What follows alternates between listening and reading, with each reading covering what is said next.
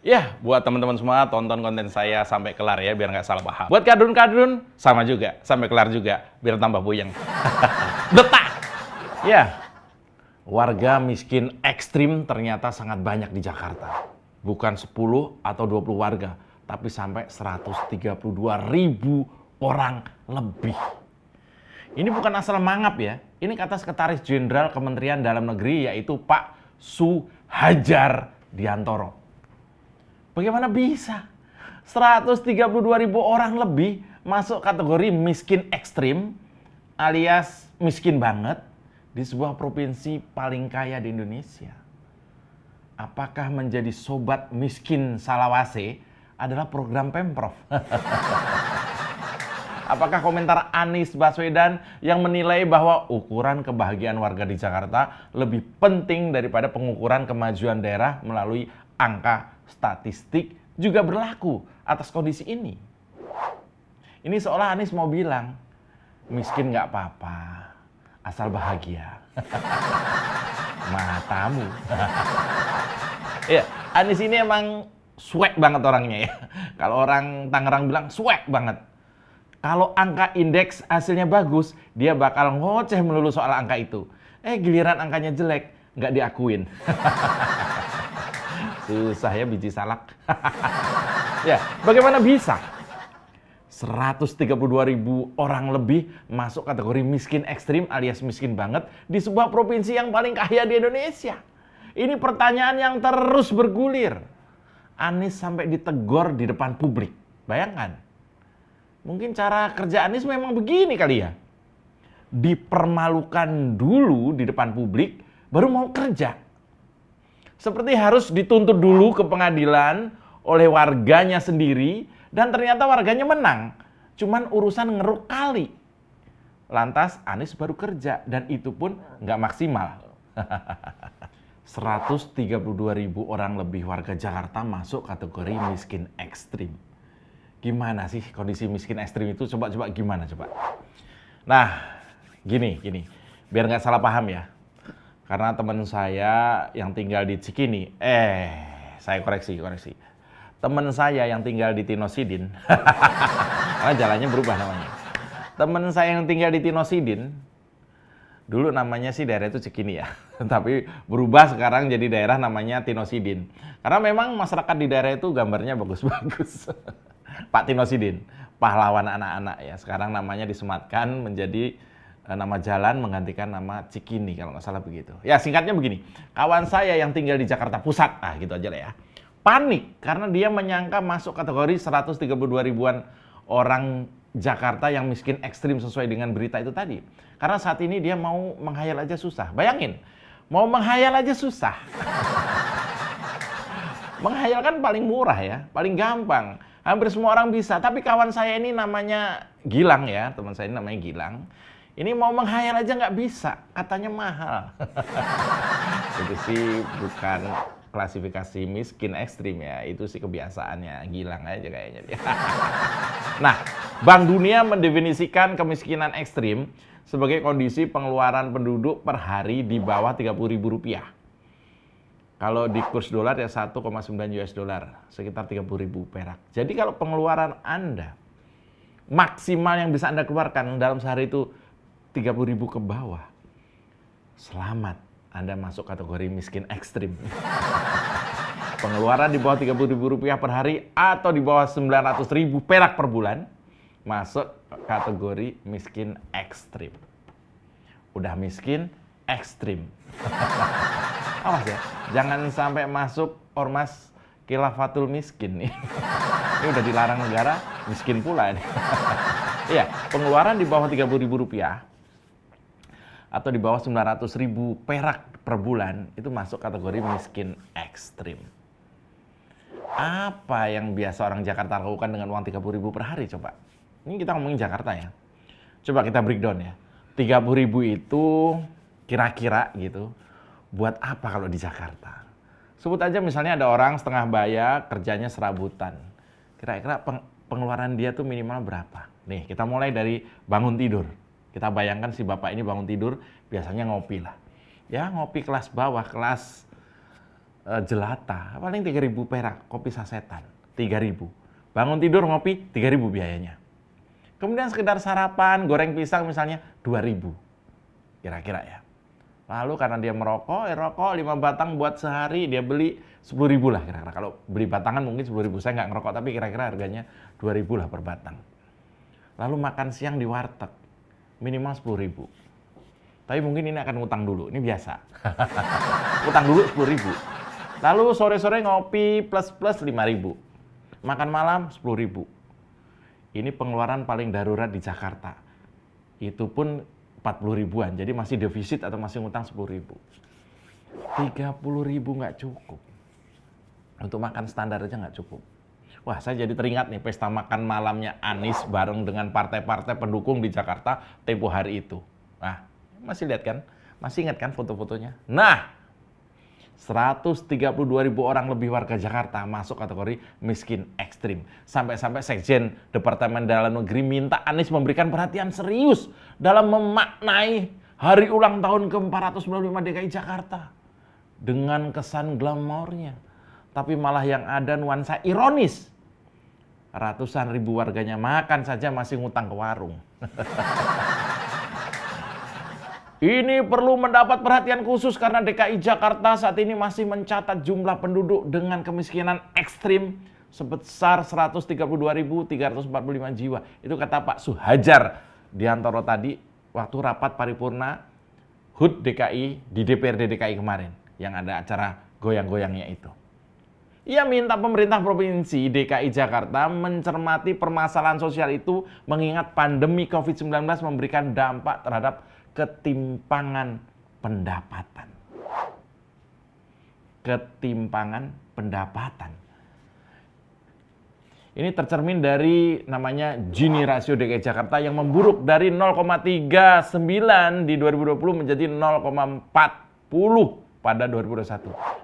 Ini indeks, hasil hitungan dengan rumus yang disepakati seluruh dunia. Ini angka indeks yang Anies ogah mengakui karena jelek. Takut banget nyiprat ya ke branding yang lagi dibuat oleh Anies ini dalam rangka mau nyapres ya. Takut kecipratan Anies ini, takut. Iya kalau jelek ya akui saja. Lantas cari jalan keluarnya biar jadi bagus. Kan ini kampanye yang sebenarnya kan begitu bos. Percuma petenteng pakai jas rapi naik kereta. Kalau ratusan ribu warganya mau ngopi aja bingung. Duitnya dari mana? Lalu apa penyebab ratusan ribu warga Jakarta miskin ekstrim? Siapa yang kudu tanggung jawab? Apakah 80 triliun APBD Jakarta itu hilang jadi abu semua? Selamat datang di Oposisi 69 FM bersama saya, Mas Jopray. Tarik Bambang, sedikit disenggol lapor polisi, padahal doyan nyenggol tanpa basa-basi. Orang ngebanyol kok disomasi. Oh sial, semua salah Jokowi. Oh no, ini negara gua. Oposisi gak ada otaknya. Bangsat! Yo, ratusan ribu warga Jakarta ditemukan dalam keadaan miskin ekstrim. Miskin banget, alias sobat miskin. Kok bisa? Gubernurnya ngapain aja? Gubernur ya sibuk lah. Gubernur Jakarta itu saat ini menjadi gubernur paling sibuk se-Indonesia. Hanya saja sibuk untuk dirinya sendiri. Sampai-sampai seorang sekjen Depdagri bilang begini. Masalah kemiskinan ekstrim di Jakarta ini memerlukan keseriusan. Karena ketimpangan pendapatan berkorelasi kuat dengan kesenjangan sosial yang dapat menciptakan kerawanan. Terutama di kota besar seperti Jakarta. Tuh, Anies diajarin oleh seorang sekjen kementerian. Tapi ya tetap namanya aja Anies, mana ngerti. Ya, meski Jakarta berhasil menurunkan jumlah orang miskin dari 4,69% di tahun 2020 menjadi 4,67% pada tahun 2021, tapi pencapaian itu masih belum memenuhi target yang ditetapkan oleh Pemprov DKI Jakarta yaitu 3,85%. Artinya entah karena Anies atau karena daya tahan dan daya juang masyarakat DKI sendiri, kemiskinan udah turun. Maksudnya turun dari bapak ke anak. Oh bukan begitu maksudnya. Meski nggak signifikan, memang sudah turun. Turunnya nggak sampai 0,5%. Ratusan ribu warga Jakarta ditemukan dalam keadaan miskin ekstrim, miskin banget, alias sobat miskin. Penyebabnya apa? Masa semua mau menyalahkan pandemi? Enak banget. Pandemi jadi alasan provinsi nggak berkembang. Pandemi jadi alasan pendapatan provinsi jeblok. Pandemi jadi alasan nyapres. Harusnya malah pandemi ini jadi pemicu Pemprov untuk ngurusin warganya. Kesempatan rakyat bisa didisiplinkan, bisa diatur, karena ancamannya adalah jiwa, nyawa. Tapi yang kita lihat malah sebaliknya. Akrobat politik, akrobat anggaran, akrobat duit buat foya-foya, akrobat persiapan 2024. Akrobat melulu, ini pemerintahan kota apa sirkus. Pantesan ratusan ribu warga Jakarta ditemukan dalam keadaan miskin ekstrim, miskin banget alias sobat miskin. Karena hampir semua yang dikerjakan gubernurnya nggak nyentuh hal pokok warganya. Apa sih hal pokok atau kebutuhan dasar warga itu? Ya simpel, kita semua tahu, sandang, pangan, papan, dan paketan. Ada beras, dipaksain dijual ke Arab Saudi demi 2024. Ada rumah murah, ternyata 1% saja nggak ada realisasi dibanding janjinya. Ada UMKM yang katanya bakal melejit kayak biji kalau pakai program OKOC dulu, ternyata juga nggak ada kejelasan dan malah mangkrak. Ada pinjaman dana dari pusat, malah buat bangun lapangan sepak bola, bukan menghidupkan lapangan kerja yang lebih real. Jadi lapangan bola pun diduga lebih kepada lapangan politisasi agama. Ya, tinggal 115 hari lagi. 16 Oktober 2022, Anies bakal lengser dari balai kota. Artinya, nasib ratusan ribu warga Jakarta yang ditemukan dalam keadaan miskin ekstrim, miskin banget, alias sobat miskin, tapi harus menahan lapar sampai 115 hari ke depan. Karena sudah nggak mungkin mengharapkan Anies dikasih waktu 5 tahun aja nggak kesentuh, apalagi tinggal 100-an hari. Maafkan Anies, wahai sobat miskin Jakarta. Apakah Anda termasuk yang memilih dia waktu pilkada? Maafkan Anies, wahai pemiskin ekstrim Jakarta. Asal harga diri masih ada, teruslah berusaha. Dan abaikan campur tangan Pemprov yang mengabaikanmu demi karir politiknya. Cari ke Bambang. Mau kemana kawan, tanpa arah tujuan, cari masalah rawan, urus saja masa depan. Halo kawan, jangan ikut Taliban. Kemarin, Serikat Perjuangan Rakyat Indonesia atau SPRI bersama dengan Koalisi Reformasi Perlindungan Sosial atau KRPS melakukan aksi unjuk rasa di depan gedung Balai Kota DKI Jakarta. Daripada ngurus kemiskinan, mereka menyindir Pemprov DKI dianggap lebih sibuk dengan berbagai hal lain seperti merevitalisasi trotoar, membangun jembatan, membangun tugu, atau monumen. Anies lebih memilih membangun stadion dan lomba pacuan mobil listrik dibandingkan membantu warga miskin yang kesulitan sejak lahir, bahkan sejak dalam batin. Tidak ada empati dan simpati sama sekali kepada warga miskin. Pemborosan anggaran indikasi bahwa Gubernur DKI Jakarta tidak sungguh-sungguh mengurangi kemiskinan di Jakarta. Nih, kata Dika ini adalah Seknas Serikat Perjuangan Rakyat Indonesia. Itulah yang disampaikan ketika demo kemarin. Kalau rakyat sudah teriak begini, kalau pejabat di Depdagri juga sudah teriak soal warga miskin ekstrim begini, kalau Anies masih budek juga, memang 5 tahun lalu itu Jakarta bukan mendapat berkah gubernur baru, tapi mendapat ujian bencana baru. Mainkan politik identitas. Kerja buat rakyat nggak bisa. Pinter ngeles dan berkata-kata.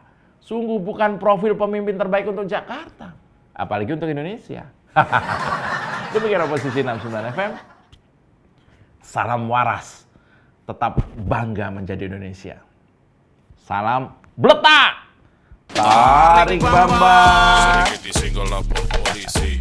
Padahal doyan nyenggol tanpa basa-basi. Orang ngebanyol, kok disomasi. Oh sial, semua salah Jokowi. Oh no, ini negara gua. Oposisi gak ada otaknya. Bangsat! Kita dukung aksi melawan intoleran, radikalisme, dan juga terorisme demi Indonesia yang lebih baik dengan cara subscribe di kanal 245 TV.